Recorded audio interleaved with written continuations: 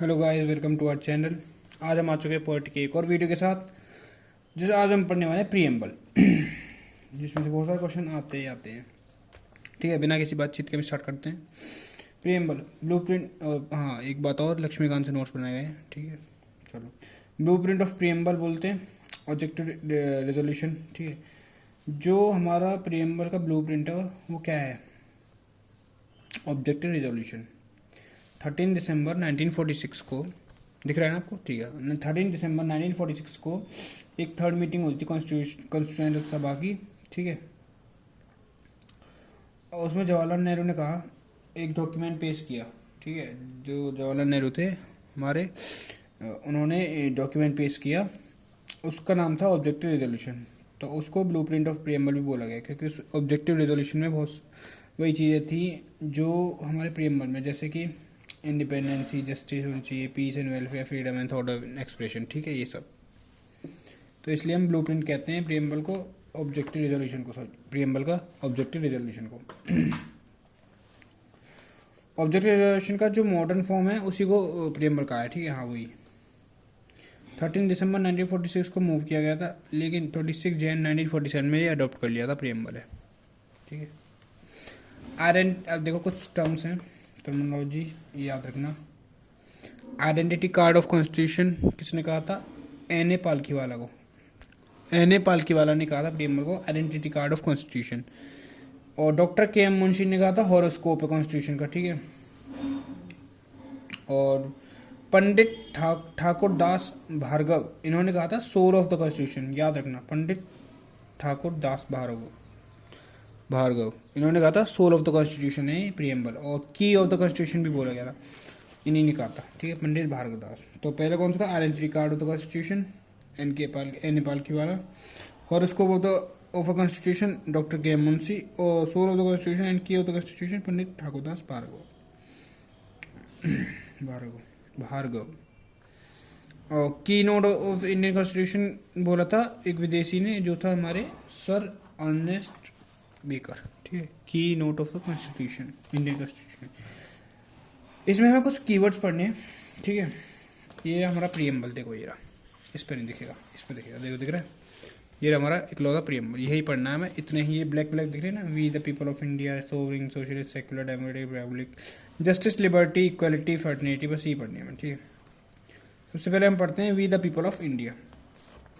क्यों? इसका मतलब क्या है? We the people of India क्यों कहा गया? क्योंकि we the people of India, इसका मतलब पावर है हम पे। ठीक है, काय चीज़ की पावर है? किस चीज़ की पावर है? डेमोक्रेसी। ठीक है, सही बात है, वोट दे सकते हो आप। ठीक है, तो ये पावर है हमारे पास, तो इसलिए इसने बोला we the people of India. अच्छा, अब्राहम लिंकन, अमेरिका के फर्स्ट प्रेसिडेंट, वो प्राइम मिनिस्टर थे अब्राहम लिंकन। उन्होंने क्या कहा था? उन्होंने कहा था we the people of India, by the people, we the people, by the people, for the people. ठीक है, वो वाला। अब दूसरा जो मेन है वो आता है सॉवरिन। सॉवरिन क्या है? हमारा देश, हमारा खुद के डिसीजन लेने के लिए फ्री है। जैसे कि हम वोट दे सकते हैं, आर्टिकल 370 हमने हटा दिया था। ठीक है, आर्टिकल 370 हटाया। देखो एक बार रिवाइज मारता हूँ जितना हमने करा है सॉवरिन तक। प्रीएम्बल लिख लो, एक नोटबुक ले लो जल्दी फटाक से, पेन कॉपी उठा लो। ठीक है, तो इसने क्या करा है? ब्लूप्रिंट ऑफ द प्रीएम्बल क्या है? Objective resolution. ठीक है, ब्लूप्रिंट है प्रीएम्बल का। Blueprint of preamble objective resolution है। ठीक है, 13 दिसंबर 1946 में मूव किया था, 22 जैन 1947 में अडॉप्ट कर लिया था। ठीक है, 22 जैन 1947, याद रखना। तीन चीज़ बताई थी, आइडेंटिटी कार्ड, तीन लोग थे, एन ए पालकीवाला, पालकी उठाई उन्होंने बोला पालकी उठाओ, आइडेंटिटी कार्ड दिखाओ, चलते बनो, आइडेंटिटी कार्ड ऑफ कॉन्स्टिट्यूशन।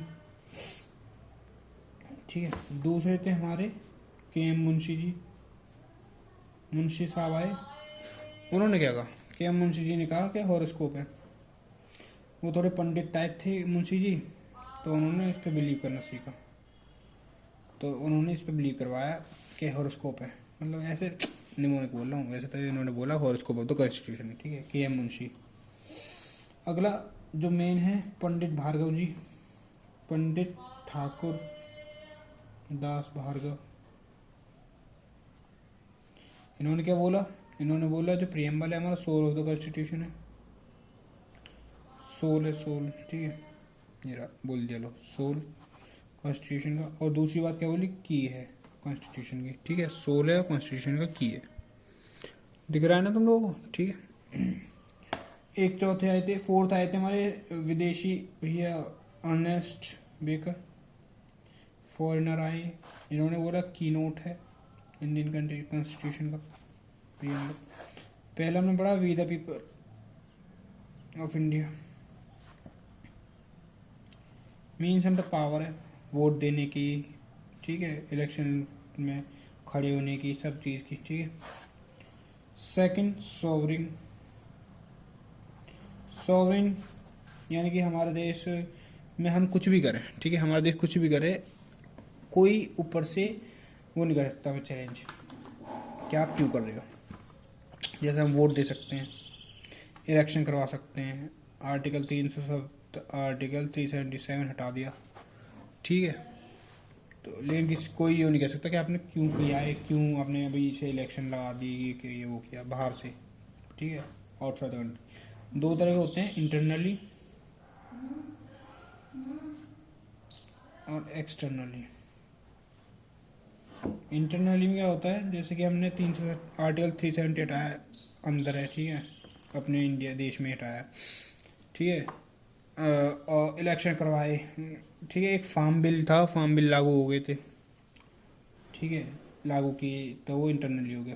और एक्सटर्नली क्या होता है, जैसे कि हमें पाकिस्तान को ख़त्म करना है, एग्जाम्पल हमें पाक को ख़त्म करना है, तो हम बम गिर देंगे इस पर जाके, ठीक है, तो कोई हमारे ऊपर नहीं है, वो अलग बात है, हमारे पे अटैक अलग से चाइना वाले वो कर सकते हैं, ठीक है, लेकिन हम पे ये नहीं पूछेगा कि आपने बम क्यों गिरा, ठीक है, रोकेगा नहीं कि आप नहीं गिरोगे, जो करना है हम करेंगे, ठीक है, ऐसे उसे कहते हैं सॉवरेन। ये एक्सटर्नली है, ठीक है, it's just an example, don't take serious.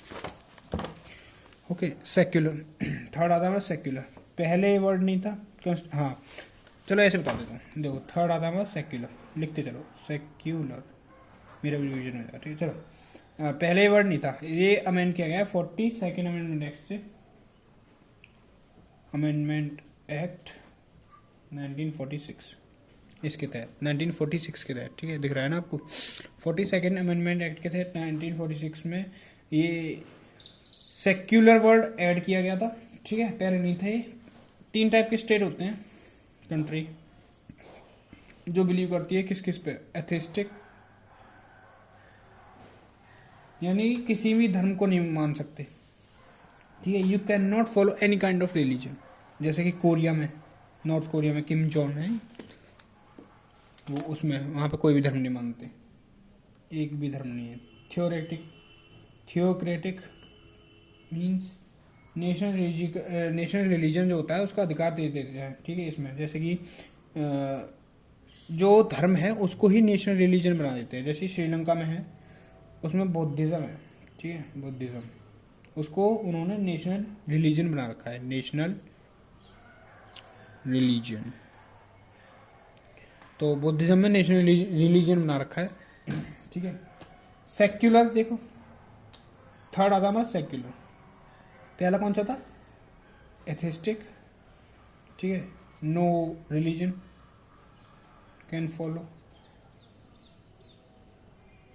और थियोक्रेटिक, और फिर आता है सेक्युलर। सेक्युलर में जो इंडिया वाले कोई भी धर्म फॉलो कर सकते हैं और सब धर्म सारे रिलीजन सरकार के लिए एक ही होंगे, ठीक है। और ये टर्म जो ऐड की गई थी 42nd अमेंडमेंट एक्ट 1976 के तहत की गई थी, ठीक है।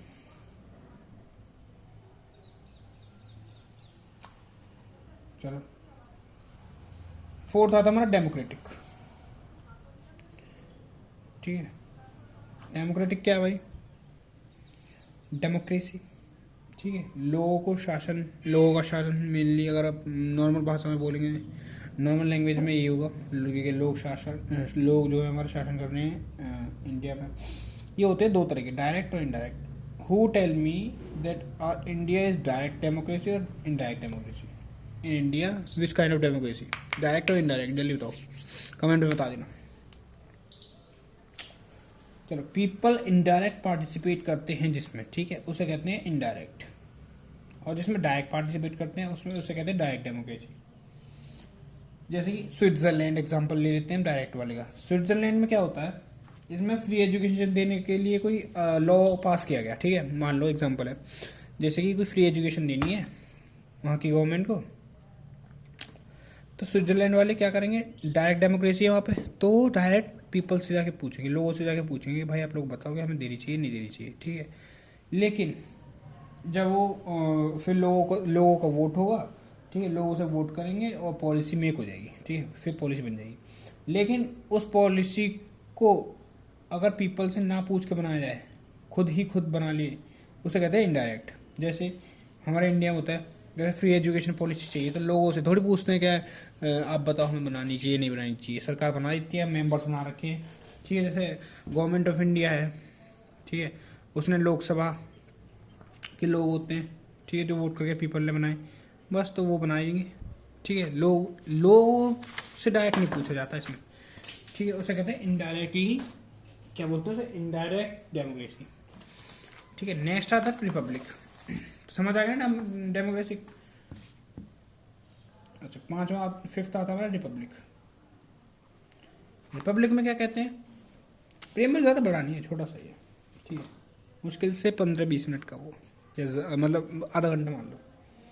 Republic, India is a republic nation, ठीक है, और we all know that head of, इसमें होता है हेड ऑफ द स्टेट। हमारा हेड ऑफ द स्टेट है प्रेसिडेंट, प्रेजेंट टाइम पे द्रौपदी मुर्मू जी, ठीक है, ये है। तो इसको लोगों ने जो प्रेसिडेंट बनेगा हमारा, जो बने हैं, तो पीपल ने इलेक्ट किया, ठीक है, लोगों ने इलेक्ट किया वोट दे के, इनडायरेक्टली तो लोगों ने वोट किया, इनडायरेक्टली लेकिन, ठीक है। और जो एक होता है मोनार्की, इसे तो हम बोलते हैं रिपब्लिक। जो ये मैंने बताया इतना, प्रेसिडेंट है जो हमारा हेड ऑफ द स्टेट, उनको इनडायरेक्टली जो वो लोगों ने वोट किया है, ठीक है, तो इसको तो हेड ऑफ द स्टेट कौन है, हमारा प्रेसिडेंट, ठीक है, ये हेड ऑफ द स्टेट देखते हैं, रिपब्लिक हो गया हमारा इसलिए। एक होता है मोनार्की, मोनार्की में क्या होता है, जैसे क्वीन एलिजाबेथ थी, उनको लोगों ने थोड़ी वो किया था, लेट पीएम ऑफ अमेरिका, ठीक है, क्वीन एलिजाबेथ, तो ऐसे वो मोनार्की में आती है, जो लोग वोट नहीं देते जिन्हें, और जिन्हें लोग वोट देते हैं, जैसे प्रेसिडेंट है हमारा हेड ऑफ द स्टेट को, उसे कहते हैं रिपब्लिक, इसलिए हमारा रिपब्लिक नेशन है, ठीक है, जहाँ पे लोगों के वोटिंग से एक हेड ऑफ द स्टेट बनता है, चाहे वो इनडायरेक्टली हो चाहे डायरेक्टली हो। जस्टिस, अगर आता justice, this concept is taken from Russian revolution, याद रखो रशिया से लिया है, रशियन रिवॉल्यूशन से। कौन सा रशियन रिवॉल्यूशन कब हुआ था, 1917, वहाँ से लिया है मैंने जस्टिस। 3 तरह के होते हैं, सोशल, इकोनॉमिक, देखो सोशल, इकोनॉमिक और political. On the basis of social, किसी भी कास्ट को, ठीक है, आप किसी भी कास्ट के हो, you have all rights given by government, ठीक है, किसी भी कास्ट के हो सारे राइट्स मिलेंगे उसको गवर्नमेंट की तरफ से। पॉलिसी बनेगी तो तुम्हारे लिए भी बनेगी, ठीक है, वो चीज़ है। ये नहीं कि हिंदू का अलग है क्रिश्चियन का अलग है, तो हिंदू के लिए अलग पॉलिसी बनाई है, क्रिश्चियन के लिए अलग पॉलिसी बनाई, नहीं, ऐसा नहीं होने का, ठीक है, दोनों के लिए कंबाइन एक ही पॉलिसी बनेगी गवर्नमेंट के द्वारा। ये इसे कहते हैं सोशल। इकोनॉमिक, रिच पुअर, अमीर के लिए कोई और पॉलिसी है, गरीब के लिए कुछ और है, नहीं, सबके लिए एक ही पॉलिसी बनेगी, एक ही स्कीम बनेगी, ठीक है। फ्री एजुकेशन स्कीम ये थोड़ी है कि खाली गरीबों को मिलेगी अमीरों को मिलेगी, ठीक है। 6 से 14 ईयर्स की, बताओ कौन सा आर्टिकल में था, आप बताओ। अच्छा, फंडामेंटल राइट्स में था, कौन सा आर्टिकल। अच्छा, और पॉलिटिकल में कास्ट, किसी भी कास्ट के हो, मेल हो फीमेल हो, ठीक है, किसी भी धर्म जाति का किसी से भी हो, लेकिन उससे कोई फर्क नहीं पड़ता। आपको किसी भी पोस्ट में जा सकते हो, जैसे कि CM PM प्रेसिडेंट, ठीक है। इससे ये वो नहीं पूछेंगे कि आपकी कास्ट क्या है, आपका धर्म क्या है, आपकी जात क्या है, नहीं, कुछ नहीं पूछेंगे, ठीक है। ये होते हैं पॉलिटिकल जस्टिस। तीनों हो गए, जस्टिस हो गए। लिबर्टी क्या है, देख रहे हो, हमने आधा कर लिया, बस खत्म होने वाला है, और अभी तक हमारी से 15 मिनट हुई है। मैंने कहा है वही आधा घंटे का हुआ। लिबर्टी सबको पता है। इसका मीनिंग बताओ। लिबर्टी, फ्रीडम, सब सोचते हैं फ्रीडम है, जो इसमें लिखा है फ्रीडम नहीं, इसका पूरा जो इस वाली लिबर्टी की बात कर रहा हूँ, इसमें है फ्रीडम विद रीजनेबल रेस्ट्रिक्शंस। जैसे कि आप पे फ्रीडम है, freedom of speech and expression, पर आप कुछ भी नहीं बोल सकते, ठीक है। तो रीजनेबल रेस्ट्रिक्शंस लग गई वहाँ पे, जैसे हमने आर्टिकल में पढ़ा था, फंडामेंटल राइट्स में पढ़ा था कि आप पे